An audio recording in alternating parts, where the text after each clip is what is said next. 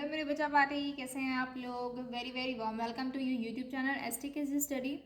आज हम करने वाले हैं आपका जो पार्ट फर्स्ट था सिंपल प्रेजेंट टेंस का, उसका आज हम पार्ट 2 करेंगे। ठीक है, उसमें हमने कुछ रूल्स देखे थे और साथ में अफर्मेटिव सेंटेंस के कुछ ट्रांसलेशन देखे थे। ठीक है, अभी हम क्या करने वाले हैं बेटा, अभी हम निगेटिव और इंटेरोगेटिव के ट्रांसलेशन भी करेंगे और साथ साथ में रूल्स भी पढ़ेंगे। ठीक है, तो क्या आप लोग रेडी हो?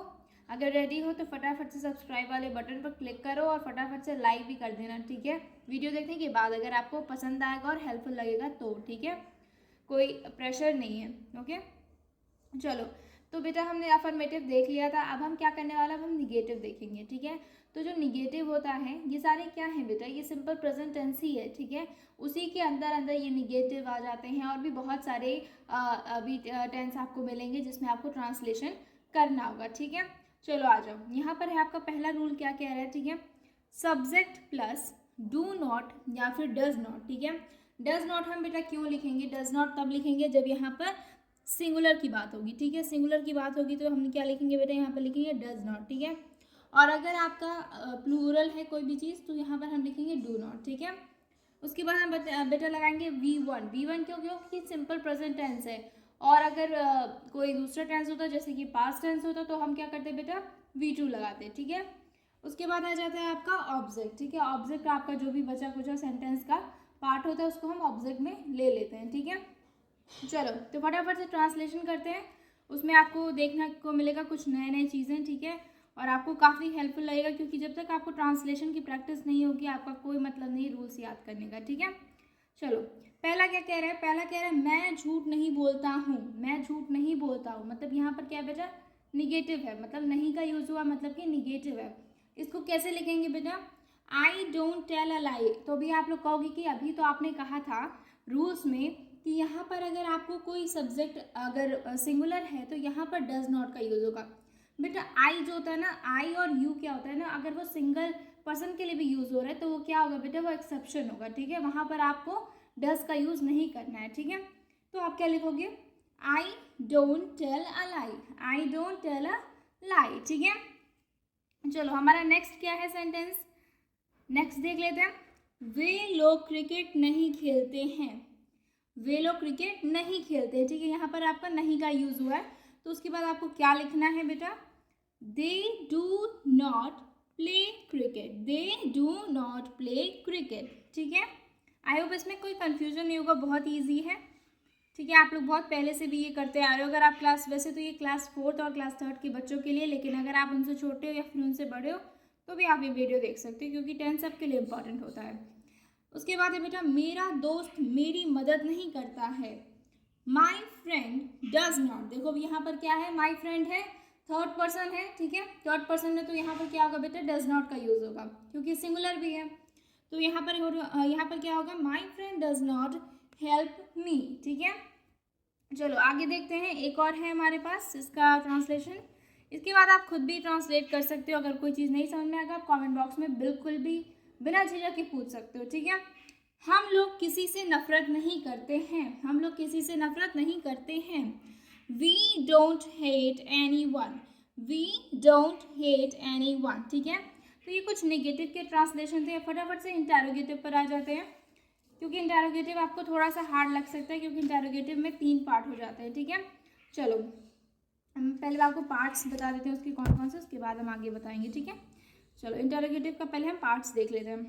देखो एक होता है टाइप 1। टाइप 1 मतलब उसके कुछ अलग रूल हैं, टाइप 2 के अलग रूल हैं और एक और आपको मिलेगा निगेटिव इंटेरोगेटिव, तो उसका कुछ अलग रूल है। ठीक है, तो मैं आपको फटाफट से समझा देती हूँ। टाइप 1 में आपको क्या देखना है बेटा, टाइप 1 में आपको मिलेगा जो डू डज करके क्वेश्चन पूछे जाता है ना, do you want this, do you want that बोलते हैं ना, तो वो वाला एक अलग टाइप होता है। ठीक है, अगर हम WH वर्ड्स का यूज करते हैं स्टार्टिंग में तो वो एक अलग ही इंटेरोगेटिव होता है। ठीक है, चलो तो टाइप 1 का हम रूल देख लेते हैं, उसके बाद हम टाइप 2 का देखेंगे। ठीक है, टाइप 1 में क्या है बेटा, डू या डज है, डू या डज में से कोई एक आपको यूज करना है, प्लस सब्जेक्ट है, प्लस अगर नॉट का केस आता है तो। ठीक है, plus V1 plus object plus साथ में क्वेश्चन मार्क भी रहेगा क्योंकि यहाँ पर क्या है बेटा, यहाँ पर हम किस चीज़ की बात करें, इंटेरोगेटिव की। इंटेरोगेटिव में हमेशा क्वेश्चन मार्क का यूज होगा। ठीक है, चलो उसके बाद है बेटा टाइप 2 का रूल क्या है, WH वर्ड्स। WH वर्ड्स मतलब व्हाट, हु। ठीक है, वेयर वगैरह ये सब जो यूज़ किए जाते हैं WH से जो स्टार्ट होते हैं वर्ड्स, वो साथ में डू या डस, ठीक है, डिपेंड करता है कि आपका सब्जेक्ट सिंगुलर है या प्लूरल है। देन आ जाता है आपका आप नॉट का तो वही है कि केस अगर आपका है कोई निगेटिव का तो आप यूज़ करोगे, अदरवाइज नहीं करोगे, ठीक है। उसके बाद है बेटा plus V1 plus object plus question mark, ठीक है। आई होप आपको विजिबल होगा ये, थोड़ा सा मैं 1 मिनट, हाँ आई होप अभी आपको अच्छे से विजिबल होगा, ठीक है। तो अभी आपको दिख रहा है यहाँ पर फर्स्ट रूल हमने पढ़ लिया है, सेकंड रूल हमने पढ़ लिया है, ठीक है। एक बार फिर से रिवाइज कर लो फटाफट से, डू या डस, ठीक है, प्लस सब्जेक्ट प्लस नॉट का केस आएगा तो नॉट, अदरवाइज नहीं लिखेंगे, plus V1 plus object plus साथ में क्वेश्चन मार्क भी जरूरी है, ठीक है। यहाँ पर देखो मैंने क्वेश्चन मार्क लिख रखा है। देन आता है बेटा आपका WH वर्ड्स रहेगा प्लस डू या डस प्लस सब्जेक्ट प्लस नॉट का वही केस है plus V1 plus object plus question mark, ठीक है। चलो अब फटाफट से ट्रांसलेशन करते हैं फर्स्ट रूल पे, ठीक है। फर्स्ट रूल पे हम क्या करेंगे बेटा, ट्रांसलेशन करेंगे। ओके हमारा फर्स्ट क्या है, लाइन क्या कह रहा है, क्या तुम उससे डरते हो, क्या तुम उससे डरते हो, do you fear him, do you fear him, fear मतलब होता है बेटा डरना, ठीक है। So do you fear him, ठीक है, साथ में क्वेश्चन मार्क भी आपको लगाना है। ओके ओके नेक्स्ट है बेटा, क्या वो रोज स्कूल जाता है, क्या वो रोज स्कूल जाता है।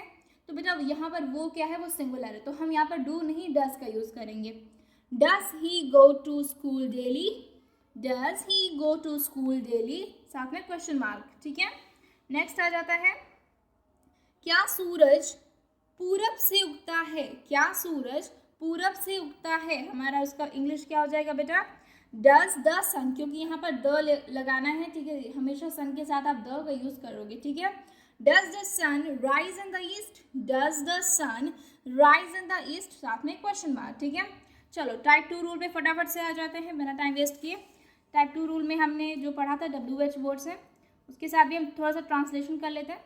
एक बार फिर से रिवाइज कर लो, WH प्लस डू या डस, साथ में सब्जेक्ट, नॉट का केस बना तो not, plus V1 plus object plus question mark, ठीक है। चलो ट्रांसलेशन करें, आ जाओ, आपको खुद भी इसको ट्राई करना है, ठीक है। एक काम करो, जब मैं हिंदी बोलती हूँ ना तो बिना इंग्लिश देखे भी एक बार खुद से ट्राई करो, उसके बाद अगर आप देखोगे तो आपको लगेगा कि हाँ यहाँ पर मेरी गलती थी। चलो आ जाते हैं, यहाँ पर है तुम कहाँ रहते हो, ठीक है। अब यहाँ पर WH वर्ड्स है तो WH वर्ड से हम कैसे पूछेंगे, तुम कहाँ रहते हो, where do you live, where do you live, ठीक है। साथ में क्वेश्चन मार्क मत भूलना, ठीक है, अदरवाइज वो क्वेश्चन लगेगा नहीं, ठीक है। तुम किस कक्षा में पढ़ते हो, तुम किस कक्षा में पढ़ते हो, in which class do you read, in which class do you read, ठीक है। देन है बेटा, वह कौन सा खेल खेलता है, वह कौन सा खेल खेलता है, which game does he play, ठीक है, which game does he play, ठीक है, ये समझ में आ गया।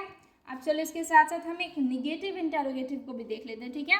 इसको आप कह सकते हो कि हाँ ये भी एक टाइप है इंटरोगेटिव का, लेकिन ऐसा कुछ है नहीं, आपको 2 ही रूल मिलेंगे। ये तो ऐसा मतलब कुछ केस बनता है जहाँ पर आप स्टार्टिंग में ही नॉट का यूज़ करते हो, ठीक है। चलो देखते हैं कैसे, इसका कोई बेसिक रूल नहीं है इसलिए मैंने रूल लिखा नहीं है, इसको आपको नॉर्मली आना चाहिए, ठीक है। चलो इसके साथ हम ट्रांसलेशन देखते हैं कैसे बनेगा। क्या आपके पास पैसे नहीं हैं, क्या आपके पास पैसे नहीं हैं, don't you have money, don't, देखो यहाँ पर क्या हुआ बेटा, नॉट का यूज स्टार्टिंग में ही कर दिया गया, ठीक है, इसको आप जरा नोटिस करना, don't you have money. Then है बेटा नेक्स्ट आपका, आपके पास तमीज नहीं है, don't you have manner, don't you have manner. Next है बेटा, क्या आप वहाँ नहीं जाते, क्या आप वहाँ नहीं जाते, don't you go there, don't you go there, ठीक है। नेक्स्ट है बेटा, क्या तुम्हारे पास हिम्मत नहीं है, कुछ भी बोलते हैं ना, जैसे कि आपको प्रिंसिपल ऑफिस जाना होता है ना, तो अगर किसी भी कंप्लेन के लिए जाना होता है तो बच्चे यही कहते हैं कि तुम्हारे पास हिम्मत नहीं है क्या, तुम नहीं जा सकते हो, ठीक है। तो क्या होता है बेटा, उसको कैसे बोलते हैं, don't you have dare, don't you have dare, तुम्हारे पास हिम्मत नहीं है, डेयर मतलब होता है हिम्मत, ठीक है। तो ये था हमारी कुछ ट्रांसलेशन, हमने बिना ज़्यादा एक्सप्लेन किए इसको समझाया क्योंकि आपका टाइम ज़्यादा वेस्ट ना हो और साथ साथ में आपको ज़्यादा बर्डन भी ना लगे, क्योंकि वीडियो जब ज़्यादा लेंदी हो जाती है तो बच्चों को प्रॉब्लम होने लगता है, ठीक है। तो मैंने कोशिश किया कि मैंने पूरा अभी सिंपल प्रेजेंट टेंस तो हमारा पूरा कवर हो चुका है, ठीक है। तो कॉन्ग्रेचुलेशन सिंपल प्रेजेंट टेंस, अगर आपने पिछला वीडियो देखा है तो सिंपल प्रेजेंट टेंस आपका आई होप क्लियर हो गया होगा, ठीक है। बेटा फिर भी अगर कोई कन्फ्यूजन है आप कमेंट बॉक्स में प्लीज़ आप बता देना, क्योंकि हम यहीं पर आपके लिए इसीलिए हैं ताकि हम आपकी प्रॉब्लम सॉल्व कर सकें। मिलते हैं नेक्स्ट वीडियो में, तब तक के लिए बाय और अपना ख्याल रखें।